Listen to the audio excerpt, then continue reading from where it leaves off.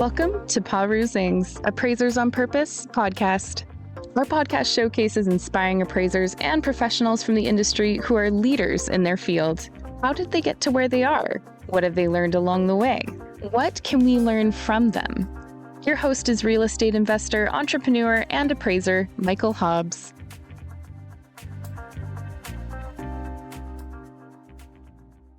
Well, welcome to another informative, engaging, and definitely inspiring episode of Perusing's Appraisers on Purpose podcast.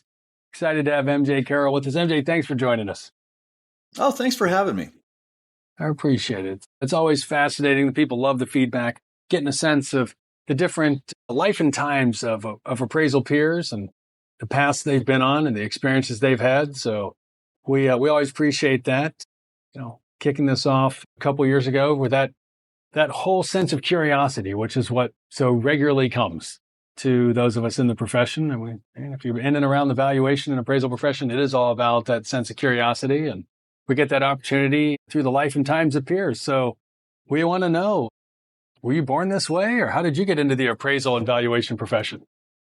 That's a great question. No, I can't say I was born this way. I mean, I was born into a family of real estate. My dad was a real estate broker. And, before I was born, he and my mom owned a travel agency with his sister and her husband. So he got into real estate. I just I expected to follow in his footsteps. But as a bank teller at, 22 years old, I was looking for something a little more fulfilling, a little more full-time. And I started looking at the Home Savings of America, internal, where are they hiring? And I was in Seal Beach, California. And I found sounds like a terrible place to be in. Job. What's that? Sounds like a terrible place to have to be in Seal Beach, California. You poor thing. It was a pretty cool place. The branch itself was adjacent to Leisure World. So you can imagine, Wow. But I tell you, working in that environment teaches you a lot about patience, about clarity, about, being able to explain things well and slowly. So I found this job in Pompano Beach, Florida. I was going to be a loan processor or loan servicer or something. Mm-hmm. So I went to my branch manager, Pierre Galler, and big Marine dude. And he said, no, you're not going to do that. There's an appraisal class starting up in Irwindale in about 3 months. I'm going to get you into that. I'm like, cool, let's appraise. So, of course, talking to my dad. My dad's like, holy cow, that's a great job to get into. You should do it. And the rest is history. Here I am, 38 years later. Holy smokes. So given that your dad was involved in a travel agency and then he became a real estate broker, how did you not get roped into being a broker and, becoming independently wealthy by the time you were like 21 by owning all those properties? Selling has never really been my forte. Okay. I was a real estate broker for a while, full disclosure. Mm-hmm. Okay. But what I found, it was kind of like trying to sell a color. It just didn't make sense to me. People would say, I'm looking for, 3 bedrooms, 2 baths, 2-story house, whatever. And I'd bring them and it's like, oh yeah, it's not this one. It's like, okay, but this checked off all the boxes that you told me. So let's redo the boxes again. And it just, my wife's a real estate broker now and she loves doing what she does. And I have no desire to join her. So I totally respect what you share there. Like you, others, including me, have spent a short amount of time on the sales side of things. I actually didn't mind it, except for the exact analogy that you used, which was try to sell a color or try to work with clients that don't have vision. And I quickly found that investment property was my bread and butter. And I love numbers and numbers love me there, MJ. So that's how I got into investing. So, decades ago. And I've always been surprised that more valuation and appraisal professionals don't own a handful or a bunch of investment properties because they're in the world of curiosity and data and research and analysis. But hey, I totally appreciate that. Being a real estate broker wasn't your thing. So what did you end up doing with that? So did you head towards the bank or did you take another step in between there? I went into home savings training program. It was very intensive, 3 weeks. Yes. And you get done with your 3 weeks and boom, you're an appraiser. But I think it was done kind of the right way. And I'd like to see that model kind of come back because I think the current training model's a little broken. We're relying on individuals to share their knowledge rather than, getting more broad-based knowledge in an institutional world. Going in and having 3 weeks of just, here's how you measure a house. Here's what we take pictures of. Here's, all the little bits and pieces. And it was, 8 hours a day, for 3 weeks. So, 15 days of very intense classroom and field instruction. And then they put you into an office where you were mentored. And so every single file was reviewed, was talked about, was, more of an education process. And so I was there for about a year and then went over to Bank of America. And again, got into an office. Every single file is reviewed and had some amazing mentors there, including John Brennan with the appraisal subcommittee, formerly of the Appraisal Foundation. He's one of my first mentors. So I'm really, I'd love to see that come back, but I don't think we're seeing institutions, banks get into any kind of training. I think they want to bring on the people who already know what they're doing. It's understandable. Enough people deal with efficiencies and they're seeking effectiveness, and no one's running around saying, I just have so much extra money, I want to just spend it lavishly. Everyone wisely is saying, time is important. I need a return on my investment. I need to be judicious with where money gets allocated. But that doesn't always mean that there's a long-term focus versus a short-term focus. Yes. That's definitely challenging from that standpoint. But I appreciate your reference. So you were, is it proper terminology, shipped off for 3 weeks to go do like an appraisal boot camp? Is that essentially what I'm hearing? It was kind of an appraisal boot camp. Yeah. It was, I think there were about, maybe 20, 25 of us in the class. And, when we finished that 3-week class, we were assigned to a loan office. There was the appraisal office was part of the loan office. And I was lucky enough to be assigned to Long Beach, California. I lived in Long Beach at the time. Again, terrible. I mean, I feel so bad for you. Of all the places you'd have to live in this country as a young person, I mean, climate, culture, access to an outdoor lifestyle. I mean, there's a lot of worse places to have to live, whether you love California. I'll tell you. I mean, come on. I was an ocean lifeguard for a period of time. Well, for about 5 years, but I was seasonal. So I was all summertime.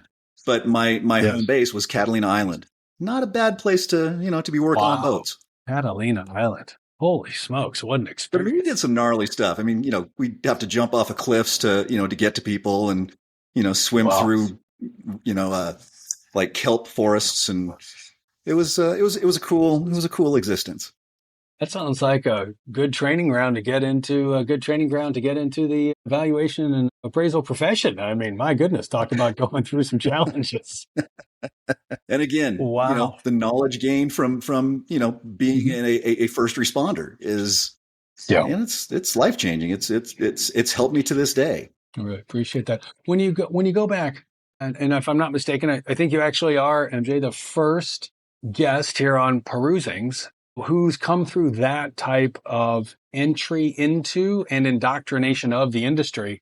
Would love to hear a little bit more about what was that like being in the setting? Because most people were definitively one path or another. And you were with Home Savings of America, which was a lender and had this valuation focus. Yes, it was really cool because, it was very eye-opening to be able to work very closely with other appraisers, especially other appraisers who were coming up in the business. Like I said, there were 20 some odd of us, and many of us kept up with each other in the years following our training. And, comparing notes, comparing managers, comparing experiences. A lot of us, when we found out Bank of America was hiring, because at the time we were making, I think, $1,800 a month at Home Savings as a newly minted staff appraiser. And so when we found out Bank of America was hiring and you could make 40% on a fee split, it's like, wow, I can make a lot more money there. Maybe $2,000 or $3,000 a month.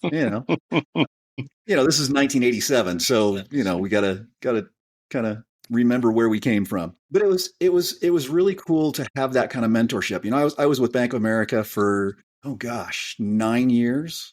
And worked my way up into, a senior appraiser level. I became a district manager, so, a district chief, which I don't think that was really the right path for me. as a 27-year-old. I was kind of a maverick. I didn't really do things the way they wanted it done, but it was fun. I had a great time. Some of my best friends today are from those days. So given that you had that opportunity to be in the Bank of America environment for that period of time, how much of that time were you still in the field, and how much of that time did you come out of the field and really get involved with more of the I think I was in the field for about 6 years. I think 6 years in the field before I went into management. And I was in management for about 3 or 4 years. And then I jumped out from there and opened my own shop. And I was a fee appraiser for 13 years. And then went actually back into Bank of America, but through their land safe system in 2010 when the market was turning upside down. Got it. So for approximately half the time you were at Bank of America, you're in the field, then you come out of the field. What's that transition like? A lot of people have never had that opportunity to make that kind of shift. Yeah, that's a great question. It's one of those things where, when you're a field appraiser, you don't really want to come out of the field. So when I had any opportunity I got to be able to go out with one of my staff appraisers, I took it. We were in Laguna Niguel, so our territory was Laguna Beach, Dana Point, San Clemente, just all these great beachfront properties. And so, anytime the property was over $1 million, which back then, wasn't a lot, I got to go with them and do the inspection with them and get, be part of the process. So I think it kept me on my toes and kept me involved in the market. And for people that are not familiar with that part of Southern California, want to just kind of give them a sense of, what the range of assignments that might come up, because to the typical person, most people know the local market that they're involved in, especially since your focus has been residential. Commercial, obviously a little different, but residential tends to have a, somewhat of a tight span on the properties you're dealing with. But in those areas, it was anything but typical. Anything but typical. So, this is South Orange County. Mm-hmm. So you've probably heard of, Real Housewives of Orange County. That was kind of our turf. Got it. So anything from, inland tract homes, Mission Viejo, Rancho Santa Margarita, all the way to the beach, San Clemente, Dana Point, San Juan Capistrano, Laguna Beach. So, it wasn't unusual to have a beachfront property in the morning and, go and do a ranchette on 2 acres, if you want to call it a ranchette. Mm-hmm. If you're from Texas, that's not a ranchette. That's just that's a normal house. Probably, that's a small house. Exactly. So there was, there was a lot of opportunity. There was a lot of fun there, and I had a great staff. My staff was absolutely exceptional. So, to the extent you were inland all the way to the waterfront, help share with the readers a sense of the range of property size and value that you deal with. So, I would say let's talk about today's value, because back then it was totally different. Today's value, we're probably talking about a low end of $600,000-$700,000, and on the high end, tens of millions. Yes. My biggest job when I was there in mid 2000s, I did a $32 million non-beachfront property that was terraced into a hillside, so they could only go one level above grade. They went 3 levels below grade. They just dug straight down. Yeah. It was kind of cool. That's amazing. 3 levels straight down. Huh. I got to imagine you must have seen some natural settings that the most of us have only seen on postcards or in a movie. Yes. It was, growing up in Southern California, you do get kind of spoiled on beautiful scenery, oceanscapes. Mm. And then how do you go from having that opportunity to go to a 3-week boot camp with Home Savings of America, and then getting over to Bank of America, and then dealing with this wide range of property types? I mean, that's, you don't just open up a magazine and be like, oh, wow, look here, I know how to do this. Share with us a little bit about that whole experience. Well, I think that's where the mentorship really comes in. When you're able to be exposed to really complex properties and have amazing people around you training you how to do them, it becomes very easy. It kind of becomes second nature. And, so today my specialty is in very, very high-end resort properties.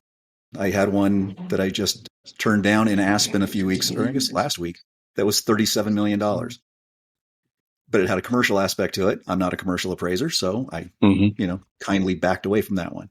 Yeah. That definitely makes sense. And and I appreciate the simplicity of which you answer the question, but for people that have never been exposed to that type of multi-million or tens of $1 million property, it's significantly more complex than what you just alluded to. It is significantly.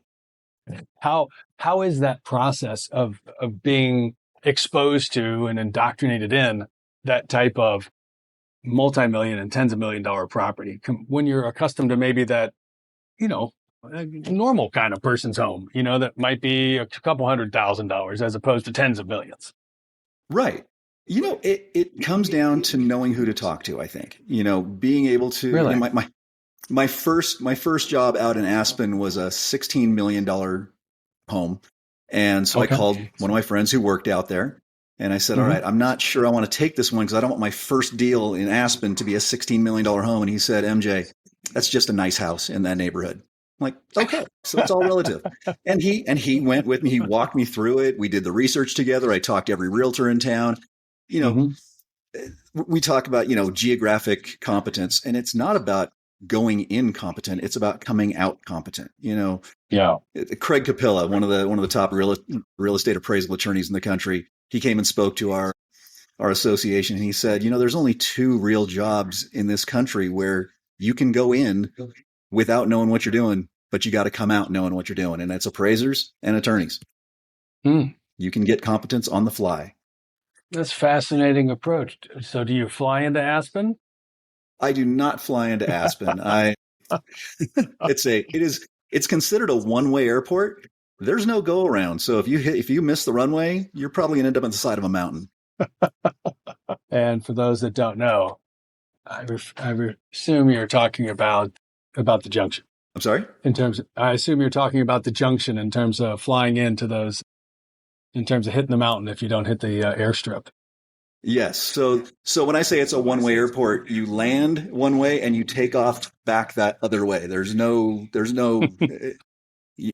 I've never flown in there. I really don't have any desire to. I want to land over in Telluride because it is a really exceptionally beautiful airport. Just the scenery flying in. So is Aspen, but Aspen just is terrifying to me. It's indeed an experience. You gotta know your limitations. So were you doing the high-end homes in Southern California before you moved over and started doing those up the mountain in Colorado? Yes. Yeah. So when I was a fee appraiser, my territory was pretty much Newport Beach, Newport Coast, Laguna Beach, anything coastal, and then more of the higher end inland stuff like Nellie Gale Ranch in Laguna Hills, Orange Park Acres in Orange. So just, I got known for doing the really complex properties. And then what's it like for those that have never done those type of high-end properties? If I'm not mistaken, you have the same reporting structure in terms of a residential real estate appraisal form that others have. You just had more zeros to put in those boxes. It is more zeros. And, it's one of those things that you can't be afraid to make $1 million adjustment. It's not unusual for somebody to pay, $5 million to be on this street versus this street. So it's, one's gated, one's not, one's oceanfront, one's bluff top. It's just a matter of getting to know your market. It's, it's like any other market from 300,000 to 30 million. It's really not that difficult. It's not that different. There's just a lot more zeros involved in your adjustments, and it gets uncomfortable. Yeah, I think you mentioned at first. Yeah. And I appreciate you made reference to there's a lot to be said about being in communication with market participants as opposed to just trying to read some data that might be published. You want to share a little bit more about that? Because that is quite unique when you get into those higher thresholds. The market right now is tough for appraisal companies. Many companies are having a hard time getting enough work with the same marketing they used to. Is your company struggling, having a hard time getting new customers or getting additional work from existing customers? The answer to this problem is easier than you think. Do more business with the people you already know. Over 10 years, the average U.S. appraisal firm meets over 17,000 potential customers. That's a lot of people you could be doing business with right now. But it's a big problem if you don't have a proven process to communicate with them. StoryLux turns this problem into an opportunity to grow. Our advanced AI marketing tool can rebuild your contact lists and harvest long-forgotten communications. Imagine reaching out to everyone you've ever met with just one click. For the cost of 1 or 2 appraisals a month, StoryLux helps you reconnect and market to people who already know you, like you, trust you, and want to do business with you. Act now by contacting StoryLux today to turn your business growth dreams into reality. Email appraisal@storylux.com. That is appraisal@storylux.com. And now back to part 2 of the episode. It really is. And it's so critical. I think even in lower thresholds, I think it's critical to know the realtors, to know the market participants, to know the other appraisers in the market. I will call other appraisers in Summit County or Eagle County and say, hey, I've got this really weird deal. I'm doing one on Wednesday. It's 65 acres in the middle of nowhere. And, the directions to get there are, once you go under the railroad trestle, start your odometer, because at 14.2 miles, you need to bear one way instead of the other. Otherwise, you're going to end up on a mountaintop. This is the direction. They told me, here's the coordinates that you want to put into your Google Maps, because you're not going to find Oh my just put the address. gosh. So That's amazing. It's fun. I'm actually renting a truck for that one, because I'm like, yeah, no, I'm not taking my car on that. We're getting snow, and who knows if it's going to be a passable road. That is quite the experience. I'm renting a truck for that one. That's a different kind of world. Now, you've kind of bounced between stories in Summit and Eagle County as opposed to South, LA, moving down to like North San Diego County. How did that change come about? I mean, 2 obviously premium markets, but very different property types. To a point. I mean, resort properties are like beachfront properties. There's a market for it. There's a different mindset that goes into a resort property. And, quite frankly, the fee structure in California was not conducive to the lifestyle I had become accustomed to. When we left Orange County, there were 900 certified residential appraisers just in Orange County. And we came to Colorado. We had the opportunity to look at different places, because my wife was being hired by U.S. Bank, Red Sky. Oh, okay. And she's also an appraiser. I mentioned she's a broker. She's also an appraiser. And they gave us the choice of Houston, Seattle, Portland, and Denver. And so we went and looked at everything, and Denver won. And so here we are. And I called some of my clients in Southern California and said, do you need anybody in Denver? And they're like, oh my God, yes. Apparently there weren't that many appraisers here. I think there were 1,600 certified residential appraisers in the entire state. So, oh, wow. Okay. So, one of the last deals I bid on in California was an $11 million property in Newport Coast. I bid $600 in 3 days, and I did not get it. And are you kidding me? That's just disgusting. Oh, it was the fee. The competition was just insane. So, wow. You got to know your value. And for me, that was just like, okay, I got to put food on the table tomorrow. So this is what I'm going to do. And I figure I was going to get it, and did not get it. So I don't know what the winning bid was, but the minute we moved to Colorado, one of my first jobs was a $600 tract house, or, $600 fee on a tract house. And I'm like, okay. Oh my gosh. How did this hide from me all this time?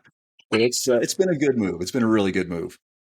Good for you. And how long ago did you make the transition from California to Colorado? 9 years now. Oh, it's only been 9 years. Only been 9 years. Oh, wow. Yeah. That's fascinating. I mean, so you'd seen significant change in Southern California in the time you were there, and then having been in Colorado in just a decade, there's been such massive change again, with some of your former neighbors following you there to Summit and Eagle County. We've had several from California. In fact, we were looking at homes the same time as another appraiser and his wife, also an appraiser. So another appraiser power couple. And we found one house that we really liked. And we were getting on a plane. We called the realtor and said, all right, we want to make an offer on that one. And she goes, oh, it sold yesterday. And so we get back in California, and my wife's on the phone with this gentleman, and he goes, "Yeah, we bought a house while we were there." And he started describing. She goes, "Wait a minute, what's the address?" And it was that house. So here's two California people that loved the same house, and because it was designer everything. It was an interior decorator from California, so it had all the stuff we were looking for, and they got it. They still live there. Oh my goodness! Third house. So it did not deter you, is what I'm hearing you say. It did not deter you from still making the move. Oh no, not at all. Not at all. Oh wow, that is something else. What was, again, going back predominantly where you got your start and how you kind of groomed yourself and got groomed by others in the Southern California marketplace. What did you learn that really helped distinguish you? Because a lot of people never make that transition from appraising kind of, just normal people houses, normal people properties to exceptional, exquisite, complex, unique kind of properties. When you look back on that, what was it that allowed you to do that? And then how can people learn from your experience? I think I just always wanted to learn everything about the business. And I think having the mentors that I had helped to push me towards, more and more complex properties. And as I mentioned, I was one of John Brennan's mentees when I think he was 28 years old. And man, I mean, this guy he took a bunch of us under his wing, and he's like, "You guys need to learn how to do this because this is the future. This is where the money's gonna be made." And he was right. He pushed a lot of us into doing really cool stuff, and there's no looking back. It was the best decision I made. So what was it specifically? Because if I'm listening right now, and we typically have about 3 different sets of people that listen, those that have been around the industry for quite a while, like you and I, and it's always interesting to hear from peers. And then those that have been in the industry for some period of time, and they're kind of doing the same thing, but they appreciate hearing the perspective of others. And it kind of gets them to scratch their head a bit. And then there's that third group of people that might be either new in the profession or are not yet in the profession, but they're considering it, and they can't really take action on what you just shared. Yes. What additional detail can you share to be thoughtful and pay it forward for others that are in your shoes today when you were in those shoes, a couple decades ago? I would say reach out to as many different appraisers as you can. When you're in training, when you're being mentored, when you are newly licensed, you can talk to everybody. And if you just want to tag along, I've had people just say, "Hey, can I come with you on one of these, big deals up in Summit County?" And it's like, yeah, you got to drive 2 hours from your home and meet me there, and I'll show you around. We'll do this.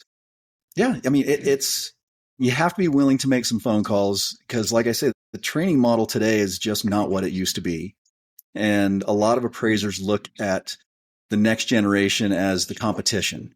And, I look at it as the backfill. These guys are the ones who are going to carry us forward because I don't want to do this for, another 25, 30 years.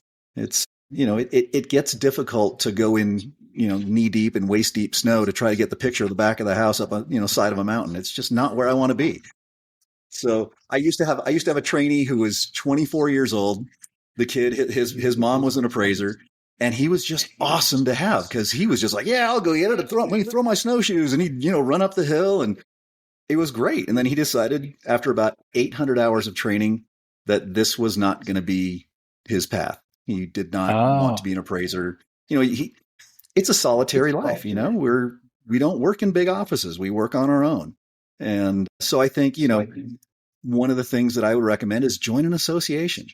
Here in Colorado, we have the Colorado Association of Real Estate Appraisers. We've got the Colorado chapter of the Appraisal Institute. We've got the Rocky Mountain Appraiser Association. And, we've got meetings every 2 or 3 months, and you can just go and have dinner with people and get to know people and just have those conversations. Expand your base, expand your knowledge. Yeah, that's fantastic. And from that standpoint of learning, how did you go about doing that? Because for most people, even, whether it was back then or it's today, I mean, you can only look at so many pictures in Architectural Digest, and that's not going to get you where you need to go to be able to value those type of homes. No, it's not. And again, there's where the mentorship comes in. Don't try to, blaze your own trail because it just gets you in trouble. You've got to have somebody looking over your work, helping you understand the mindset, helping you understand the data. It's a little different search, and you've got to be able to, get out of that mindset of, I've got to stay within a half mile. Sometimes resort properties require you to leave the county and go to a different county. Got it. What else does it require you to do? I think just have an open mind. Share a little more about that. Well, people get kind of wrapped up in, oh my gosh, they've got a koa wood shower floor with, whatever. It's a lot of these are very individual. And as much as gold plated plumbing fixtures might be cool for one person, they might not be cool for somebody else. So, you look at quality as an overall, and I kind of like the fact that UAD helps us to define quality and condition. I think sometimes when you have a less experienced appraiser, they might be willing to throw a Q1 on something a little faster than somebody like me who's seen Q1 properties, all over the place. When I I've got that smart exchange with Total, and when it pre-populates and I'm like, Q1, this is a tract house. What's Q1 about this? And it's going to happen. And I think it just continuing that education, take as many classes as you can, take the custom home. I know that, what is it? McKissick, I think, has the certified luxury home specialist. Certified luxury home certification. Yeah, that's correct. Do stuff like that, because it can't hurt. Yeah. Exposure, perspective. No, that completely makes sense. Completely makes sense. And then when you did take the opportunity to relocate to Colorado, you mentioned that, I think you said your options, the family options were Houston, I think you said Seattle, Portland, and Denver. So mostly West Coast, a little bit of the southern Midwest, so to speak, the Great Republic of Texas. But you mentioned Denver, and then you mentioned Summit County. So sounds like you've moved around a little bit there in the greater metropolitan area. Summit County is where you'll find like Breckenridge, Keystone, Copper Mountain, some of the bigger ski resorts. I don't live there. We have a place up there, but we live down the hill in what we call the Front Range, which is basically the Denver metro. And we're about halfway between Denver and Colorado Springs. So, I do about 40% of my work in the high country, in that resort market. And then the rest is, down the hill. And what's the difference for those that don't know? Because there's quite a difference between being in the high country versus down the hill. Well, down the hill is, we call it the Front Range, and it is basically all the Denver cities, Yes. Denver, Broomfield, Boulder, Castle Rock, all those. And, the Front Range technically extends along the entire Front Range of the Rocky Mountains, the eastern front. So all the way into Wyoming, Montana, all the way down to New Mexico. So, I had I had a company a while back, and it was, the part of the name was Front Range. And they said, well, you don't work in Wyoming. And I said, well, no, I don't work in Wyoming, but I work in the Front Range of Colorado. So that's the name. Oh, that's fascinating. And how does the housing style different when you're down in the Front Range as opposed to getting up into the high country? It's a lot more city-ish, right? It's got condominiums, high rises, multi-million dollar neighborhoods, and, multi tens of thousand neighborhoods. We get the whole gamut in the Front Range. We go out to the Eastern Plains, just, technically I live on the edge of the Eastern Plains, which is just anything east of Interstate 25, technically. But for me, it's kind of anything east of Denver International Airport, which we call DIA, even though it's DEN. We have our own little lingo out here. Oh, that is fascinating. And as you've been in the industry as long as you've had, I've heard you mention working in the field, working in an office environment, working in appraisal administration.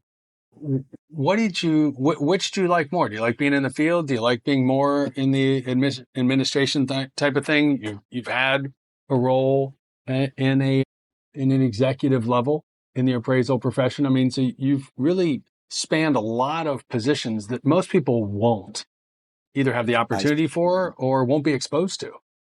That's a great point. I have definitely seen my share of things. We were kind of doing the math this morning, and I think I've been in the field as a fee appraiser for about 25 years. And then the rest of that 38 years was in-house with either staff appraiser or management.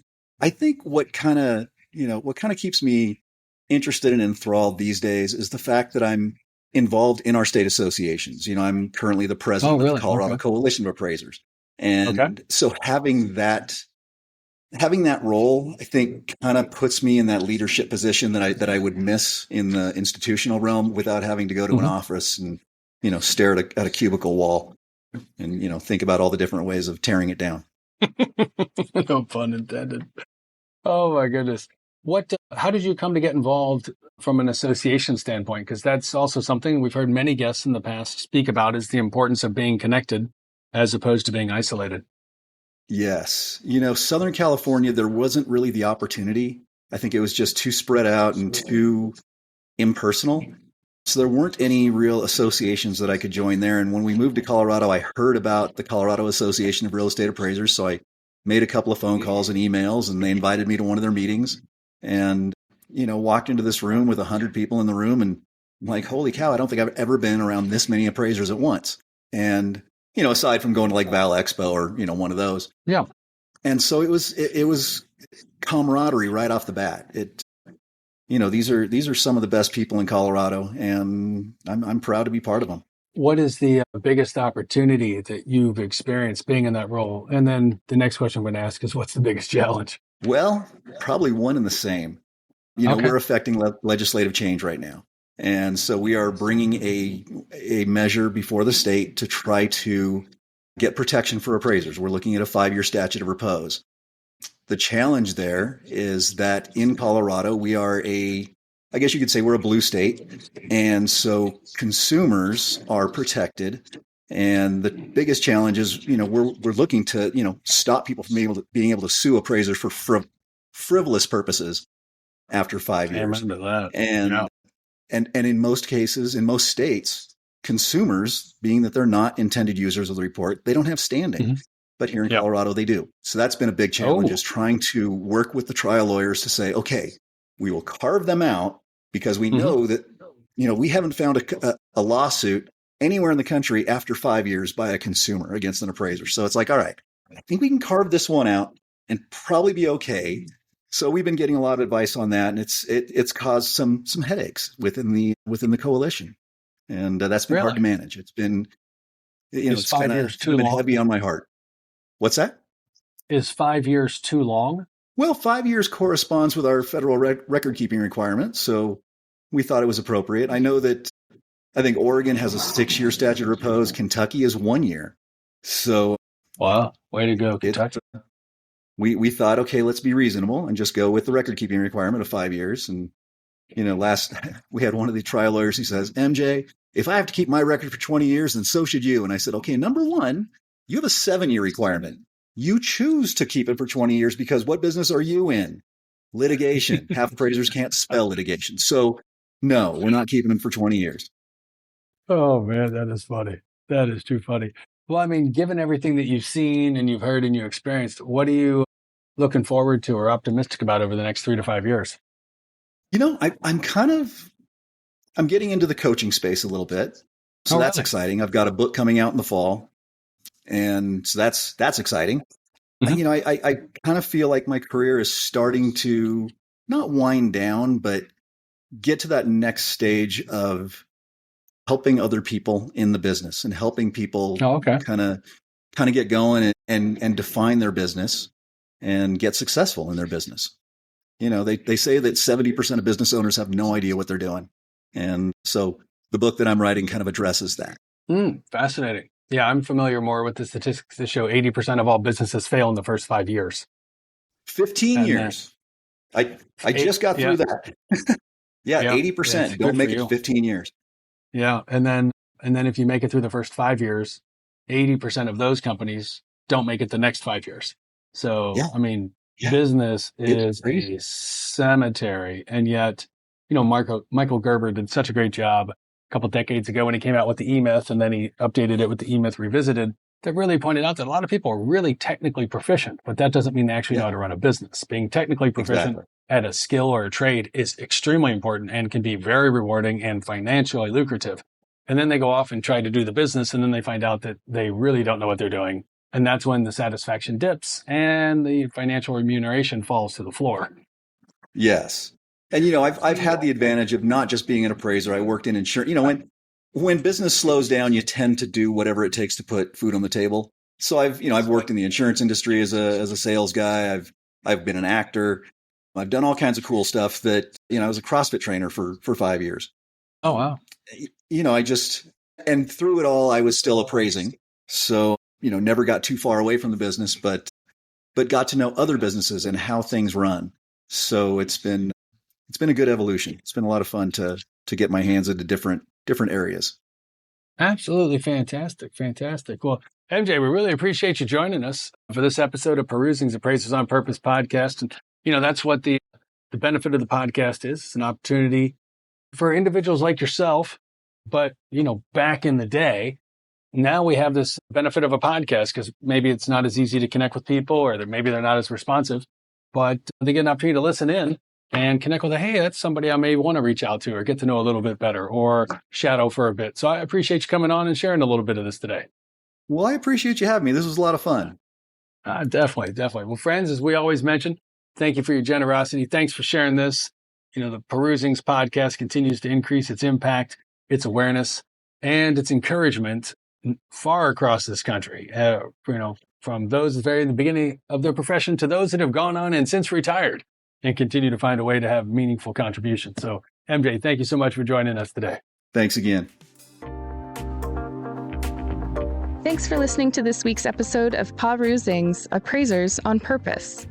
We hope you enjoyed learning from the amazing professional paths and achievements of our beloved guests. Before we go, please subscribe on your listening channel, Spotify, LinkedIn, YouTube, and other podcast channels to hear more from appraisers and valuers regarding their life and their work. After you drop a comment below, who is one friend and peer you can generously share this episode with? If you have any suggestions or questions for future episodes, we'd love to hear from you. Just send us a message on LinkedIn and we'll be sure to get back to you. Thanks again for listening, and until we're together again for the next session of Perusing's Appraisers on Purpose, create the change that you seek.